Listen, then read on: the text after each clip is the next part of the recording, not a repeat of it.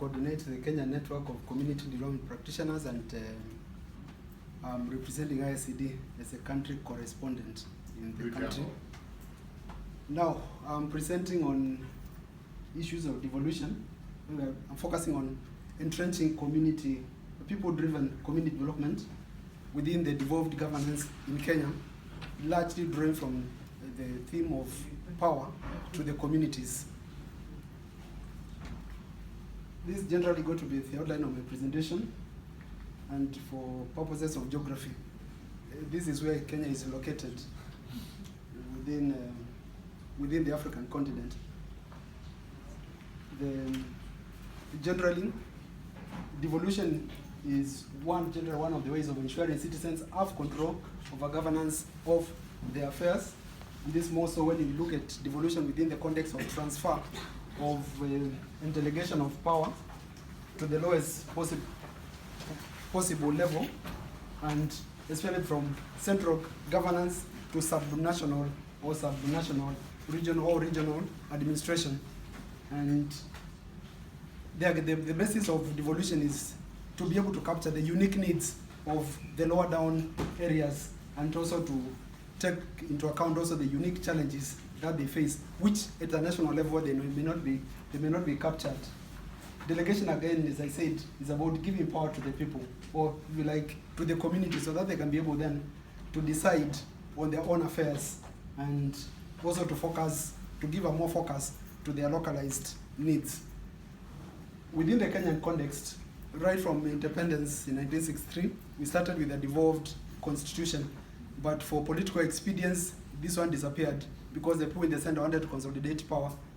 And that, of course, took a long journey until 2010, when we went back to a devolved system of governance, where now we developed the counties. And as part of that, because of the frustrations over the years between 1963 and 2010, people decided to make it a constitutional imperative that devolution is anchored in the constitution and power is given back to the people, where the Article 1 of our constitution articulates that sovereign power belongs to the people, and therefore whatever decision is taken, it has to originate and be given the power of sovereignty by the people.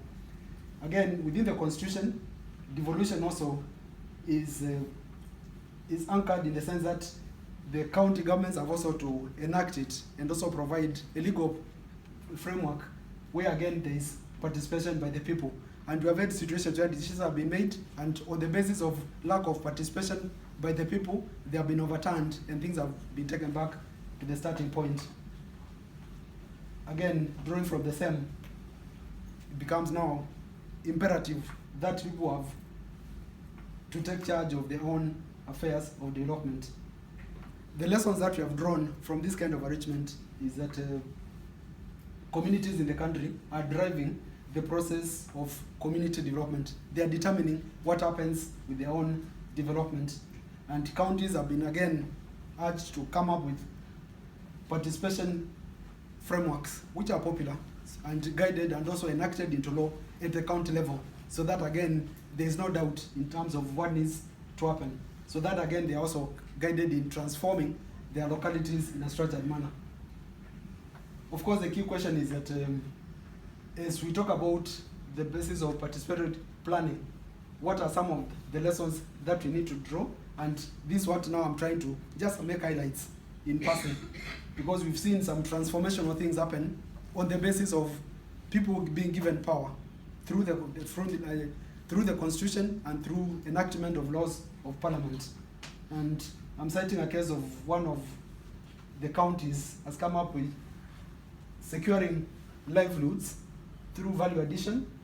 Another county is focused on universal health care, where literally every household is guaranteed of house care on a universal basis. And communities which were hitherto underserved are able now to manage and assure access to basic services a lot more easily. When devolution is made an imperative, then there's a whole framework where the net effect is that communities are empowered and there is an opportunity to be heard, which is very important. in the interest of time, I may not go into that.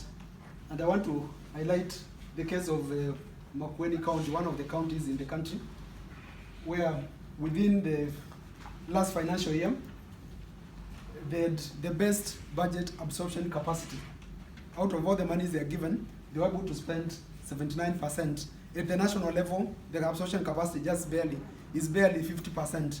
But because of the popular participatory framework, they were able to manage to absorb of all the resources given to them, direct from the government and from the development partners, 79%, which is quite imperative. And how do they do that? They came up with a policy framework where they would inform the communities, this is what the money we have, and we need now to prioritize the needs, which then are going to be addressed by these monies. Then the whole process of consultation would be started so that there is adequate feedback from the people, from the communities, and then involving people, the communities, in the decision-making process, so that ultimately they own what happens. Then there is collaborative action in terms of, again, weighing all the options that need to come into place, and ultimately empowering people where they have the final decision-making authority in their hands. And this is one of the counties where the communities determine when the project is completed, not the contractors, not the government. We have another county again, which is also doing the same. And they have the County Public Participation Act, which again is obligating the Secretariat at the county level to be able to provide the public with a clear context for which public participation and civic education is undertaken, so that there is clarity when there is engagement. And this is the county that has done universal health care, focusing on maternal and child health. A county where, again, maternal mortality was just too high, child mortality was too high, but now they have transformed that, and it's no longer an issue of concern in that county. The lessons that we are drawing from this is that we have seen better targeting of projects, where projects then are aligned with the needs of the people. And ultimately, we have transformational results coming through. There is enhanced accountability for resources, which is very important. Most of the time we give the government money through our taxes and whatever levies at the local level, but then we don't see the results. But this is one situation where, out of all this, counties are now determining the project is finished before the contractor is paid, the community says they are happy with what has been done, and then the contractor can be paid. Out of this process, again, this county, along with another one which I have not cited, called Nyandarua, 2 counties in the country out of 47, they were able to get what in auditing is known as a clean bill of audit, where they got an unqualified opinion. Simply, for all the money they were given, for all the expenditures they were given, when the auditors came, they were able to get all clarification, all the receipts, and simply they said, we gave you this money, you have accounted for it, period.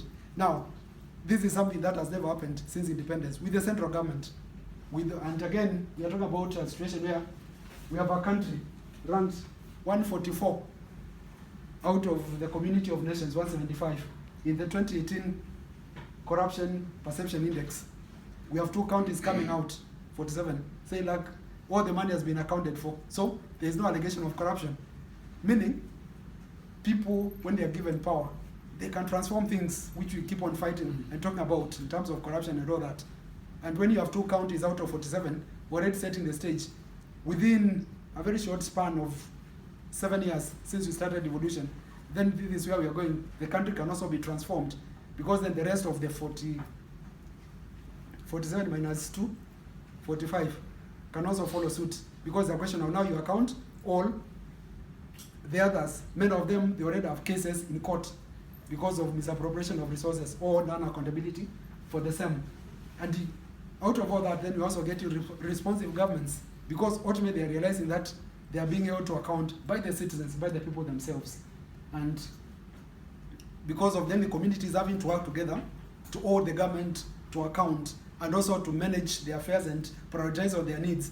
Then there's also enhanced community cohesion. Communities are coming together because they are realizing that they belong together and they have to work together to solve to address their concerns, and also now to leverage that cohesion with also the resources that are coming through and the controlling and holding the government system into account. And that comes for community governance, so to speak.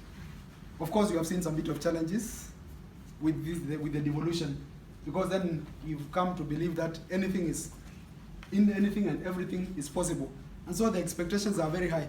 Of course, working within a context of limited resources in a developing country, that also can become quite a challenge. And of course, one of the issues, because they have seen some success stories, everybody else is also asking for immediate solutions to some of the challenges that we have been living with from the independence. Of course, there is also the limited resource envelope, which also brings a challenge in terms of then how do you balance the resources between the local level interest and also the national imperatives, which still have to be taken care of at the national level. Of course, we still have things that at the national level have to be taken care of, national security, among others. Of course, in a country where, again, literacy rates are still low, participation by the elite is also a challenge.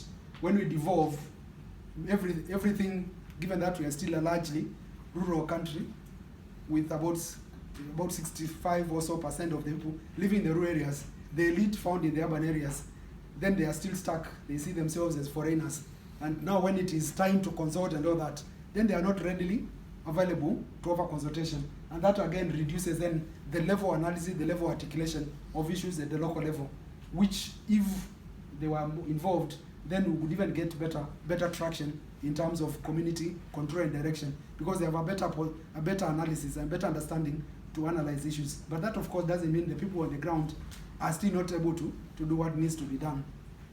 And then, of course, weak institutional mechanisms for accountability, which is indicated. We have only seen 2 counties able to account for everything. We are left with 45 counties, and when I teach, I also say that we have a 48th county, which is the national government, which has also huge problems in terms of accountability. But what is important is that it's been shown that it can be done when power is given to the people and when community development initiatives are driven by the community. Transformational results can happen, and you can have accountability for resources. Meaning then, if we cut out the wastage, even the little resources that are available can make a lot more difference in people's lives. And our way forward is that we need still to enhance civic education, so that again, there is broader understanding in the terms of the responsibilities of the citizens to discharge their mandate in terms of engaging with the government and engaging with each other, so that they can be able to meet their needs as important stakeholders. Strengthening the institutional mechanisms, and then enhancing the counties to mobilize own resources, because as it is still, much of the resources that they have to work with are coming from the central government. And if you are a receiver of resources, then you can't raise a lot of noise, ultimately. So, that's the end of my story before I get a blah, blah, blah.